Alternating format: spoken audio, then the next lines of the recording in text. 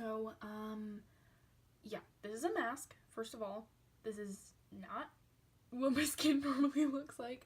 I'm doing a Lush face mask, so that's why my skin looks like that. I think it's made of like oatmeal or something, but today I thought I would do a little like rundown of what my skincare routine normally looks like. It's not like super complicated. Actually, okay, it depends on your definition of complicated, but regardless, it's mine. I'm gonna take this off and then we'll actually do the actual skincare and stuff like that. Before we dive into my actual routine, just a quick disclaimer, I am by no means a dermatologist. I don't know anything super scientific about skincare. I mean, like, I try to educate myself, but at the end of the day, I am just trying my best out here, like most of us are. Don't take anything of what I say here, like, as gospel. Not that I think anybody is, but just in case. First thing I'm going to use is this vitamin E hydrating toner from the Body Shop. I mean, it kind of does what it says. It's really good though. I think that it does a good job of like hydrating my skin while also toning it, because toners can just have a tendency to be really harsh on your skin, and I find with this one I actually can use it like twice a day and my skin still feels really nice. Like, you don't have to worry about it stripping your skin. I just use it on a cotton pad or like a cotton round. After toner, I use an essence, which is supposed to help everything you put on top of your face like sink in better and like be more effective, which I feel like that's worth it in a way, because this one's from e.l.f., so it's only like $10, and this bottle has lasted me at least like 8 months at this point. Probably should move that. Yeah, I literally just put it on my skin. It's like, you know, it's not rocket science here.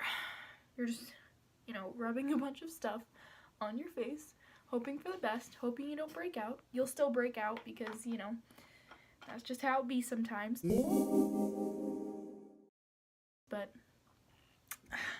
so next I put on a serum. This is from IL & Co. It's like it's an independent, like, indie brand.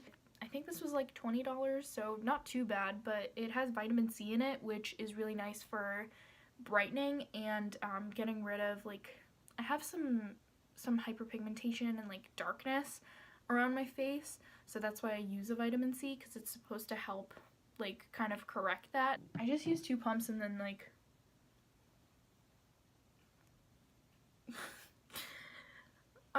riveting content, I know. But it's pretty lightweight too, so that's why it's good to use during the day, because I hate feeling like there's something on my skin. Like, there's nothing I hate more than feeling like my skin can't breathe. I also have my eye cream. Jury's still out on whether or not eye cream is actually effective. I just take it on my, that's not my ring finger. But you're supposed to use your ring finger to apply it, because it's apparently the softest finger on your hand. And then I just tap it under my eyes. Some people say that eye creams are just expensive, you know, moisturizers that companies market to be, you know, useful in a different way. I don't know. All I know is the one I have right now is literally $10, so I'm not too mad about it. I definitely don't think it's worth it to spend $80 on an eye cream. Like, anyway.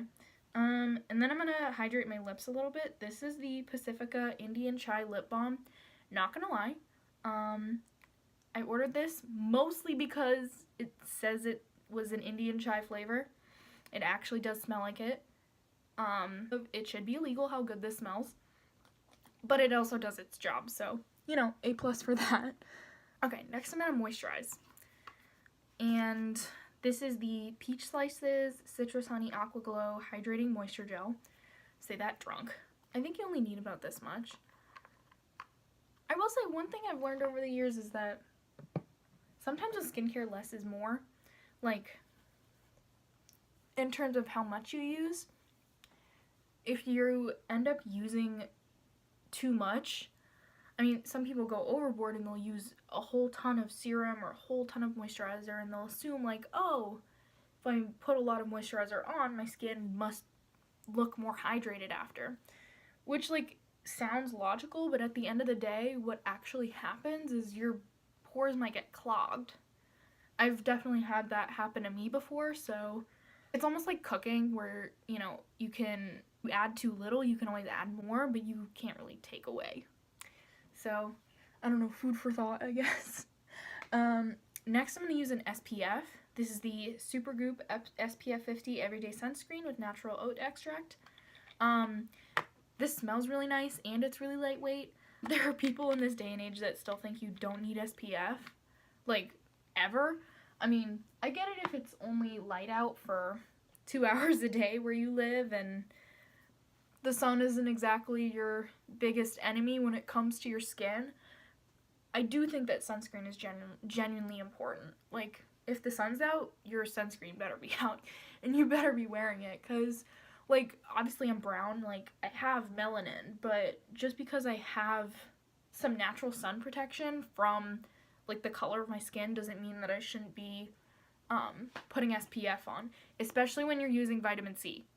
That's actual scientific information. If you are wearing a vitamin C, like, product in your face regularly, you should be using SPF because it makes your skin more sensitive to sun damage, so it's actually important that you're consistent with it. I'm not a preacher, but this video makes me sound like one, so. Sometimes if I'm gonna wear makeup, I use this e.l.f. Prep and Hydrate Balm. I think I've talked about this before, but I kind of just, like, rub it on my face.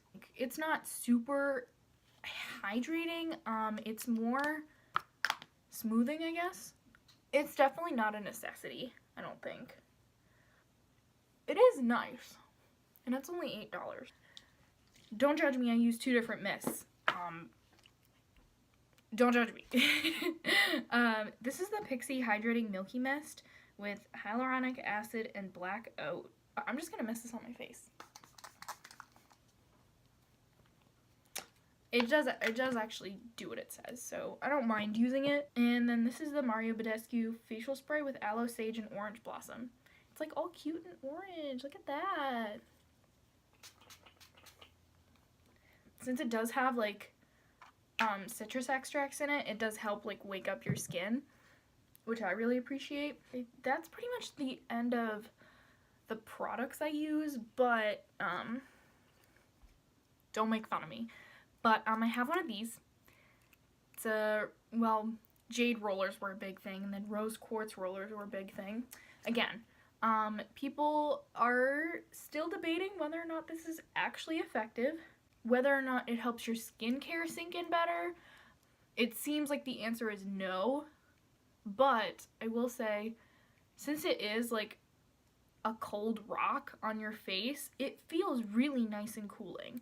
I 100% don't think anybody needs this, but I have heard that a lot of people, if you get sinus headaches often, or if you're just really puffy at the end of the day, it can be a nice, like, relaxing thing, but don't expect it to, like, suddenly your skin is all fixed because you use a jade roller.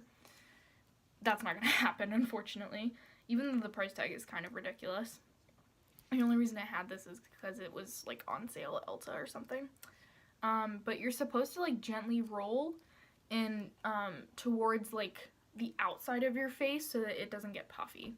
I don't know. I like using it as a last step, but again, 100% not a necessity. I hope you all enjoyed this video. This was just a quick rundown of what my skincare routine looks like in the morning, especially in the winter since my skin is pretty dry. I guess if you have any other questions about what I do, leave them in the comments down below. I hope you all have a very Merry Christmas. Today is Christmas Eve when I'm filming this. So, yeah. And have a great day otherwise. Bye!